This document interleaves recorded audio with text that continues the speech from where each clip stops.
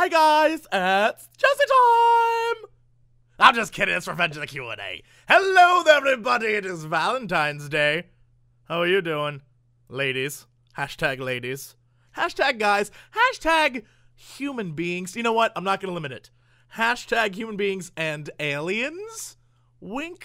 Call me aliens. So once again, it has come time to delve into the hat. Ooh, one just popped out there. Well, that's our first question. Anyway, it's come time to delve into the hat. We will get down to that here shortly, but as usual, we have some announcements up front. The first should be that the sun is pointing there. It wants you to play Hearthstone. The sun is a huge fan of video games. I did not know.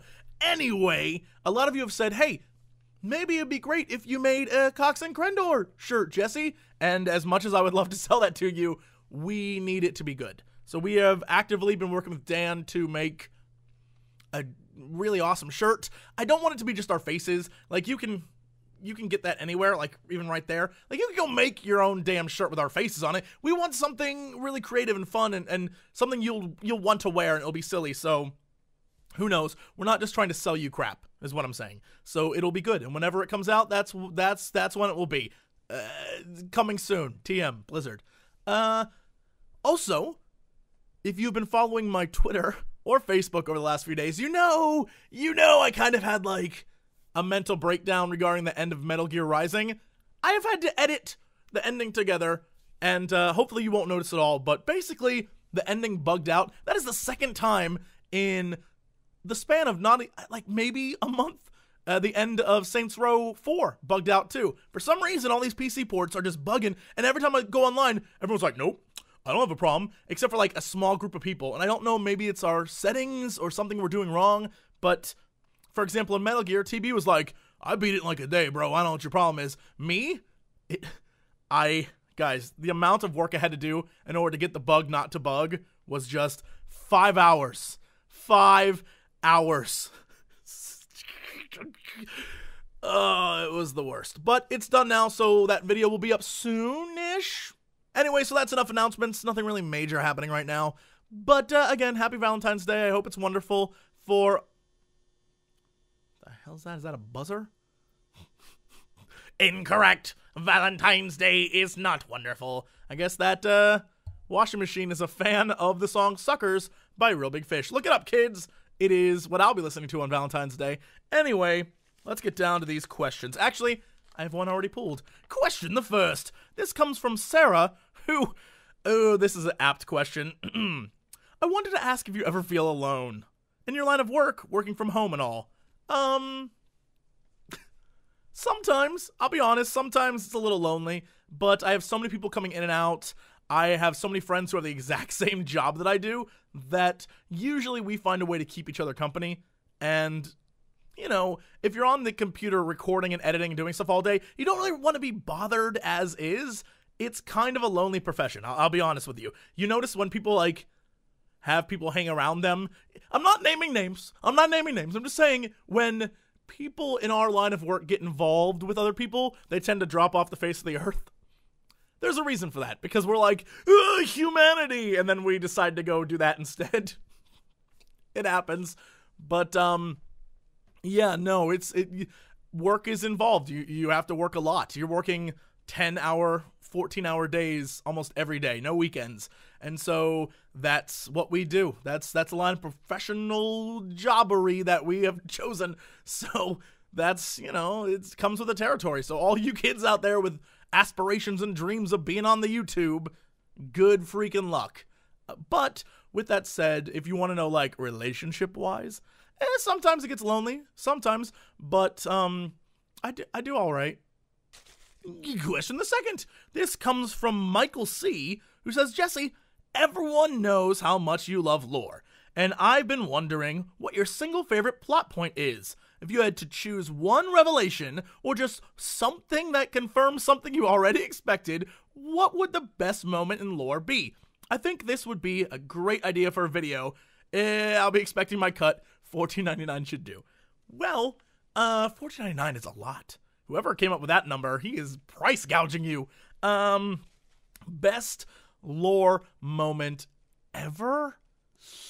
Oh, guys.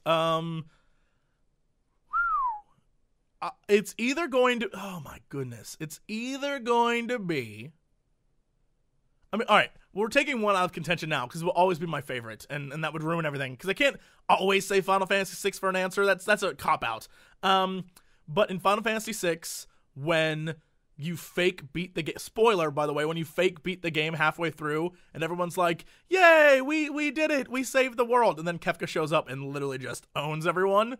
Mwah. It's a beautiful moment. It's a moment where the first time you play it, you're like, that was 20 hours, that was a pretty quick RPG, and it's like, nope, you got another 40 to go. You're like, damn. But if I have to say something that isn't Final Fantasy VI, the last 25 minutes of Vagrant Story is fantastic. If you've never played Vagrant Story, it has an incredible plot. It is set in the same world as Final Fantasy Tactics, just like I think Final Fantasy XII was, but Vagrant Story it's a really sort of clunky mechanic game, but the story is just phenomenal, and the last 25 minutes is just stellar. It is mind-blowingly good. If you aren't in a rush to complete the game at that point, where you're just like, oh, and your just brain's leaking out your ears, it's really good. I'm gonna have to cut there. I literally just spent 10 minutes thinking of like a good plot point, like a specific plot point, because I there's so many that I really enjoy, and I couldn't think of one that I obsessed over that I really liked, except maybe follow me here, the Lich King pre-World of Warcraft. In the WoW lore, the Lich King was Ner'zhul, an orc, who then was inhabiting the armor that took over Arthas' body, and to me, I thought that was really cool. A sort of evilish orc shaman inhabits the body of a human paladin. I was like, that's really cool. I think there's a lot that can be worked with there, and then Blizzard just killed that storyline. I really like the idea. Blizzard was like, nope, you see, Arthas' brain kills Ner'zhul, and now he controls it. Stupidest thing I've ever heard. And question the third. This comes from Item, who says, Q&A, will there be a collab with Thomas? I started watching after the Terra video you did with him, aka Catberg, and it was so funny. I would love to do more with Thomas. Thomas is hilarious. He's a wild card. Really, he's a wild card. You don't know where he stands. There's different levels of comedy. Thomas is the Charlie Day of my circle of internet friends. He's crazy. He's a crazy person. And so I feel like doing anything with him is just a blast.